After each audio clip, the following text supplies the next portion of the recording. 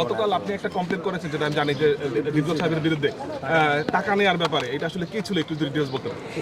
আমি তো মাত্র আসছি, আমি এখন একটু জয়েন করি, এটা নিয়ে একটু পরে আলোচনা করতেছি। যেহেতু আজকে নির্বাচনের দিন, নির্বাচন শুরু হয়ে গেছে, তো আমার মনে হয় যে সব কিছু সুন্দর করে আপনারা ধারণ করেন, দেশ জাতির কাছে তুলে ধরেন আজকে আমাদের সুস্থ সুন্দর নির্বাচনটা।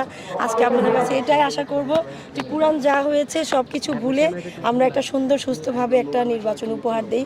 আপনারা একটু পাশে থাকেন, আজকে দ্বিধাদ্বন্দ্বের সব কথা ভুলে যাই।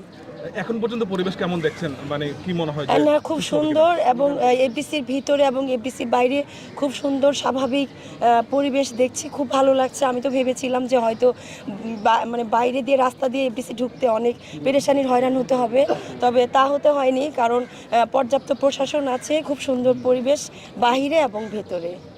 জয়ের ব্যাপারে কতটা আশাবাদী আপনারা? এবং আসলে সবাই সবার প্যানেল নিয়ে জয়ের জন্য 100% আশাবাদী, সবাই বিশ্বাস সে অবশ্যই আসবে। তবে সব কিছু আল্লাহ নির্ধারণ করে রেখেছেন, যার যে রেজাল্ট হবে অবশ্যই আমরা মানে মেনে নিব, কারণ আল্লাহর উপরে আসলে কোনো কিছু নেই।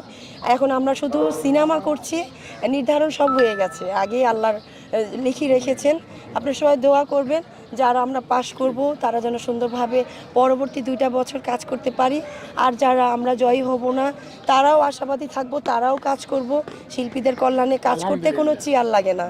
আপু, একটা বিষয় হচ্ছে যে আপনি যে পেনড্রাইভের মধ্যে যে প্রমাণটা দিয়েছিলেন, এটার প্রতি উত্তরে আপনারা যে অভিযোগ করেছেন আসলে কি পেয়েছেন? অভিযোগটা আসলে কালকে আমাদের ঈদ পুনর্মিলনী অনুষ্ঠান ছিল, তো এরপরে আমার সাথে কারো তেমন কোনো যোগাযোগ হয়নি। আমরা সব শিল্পীদের সাথে আনন্দ উৎসব পালন করেছি, তো এই ব্যাপারে আমরা পরবর্তীতে আপনারা জানতে পারবেন।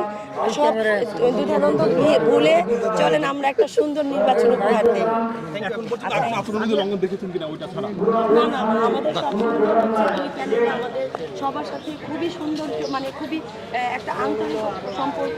একটু পরেই আপনারা দেখবেন আমরা সবাই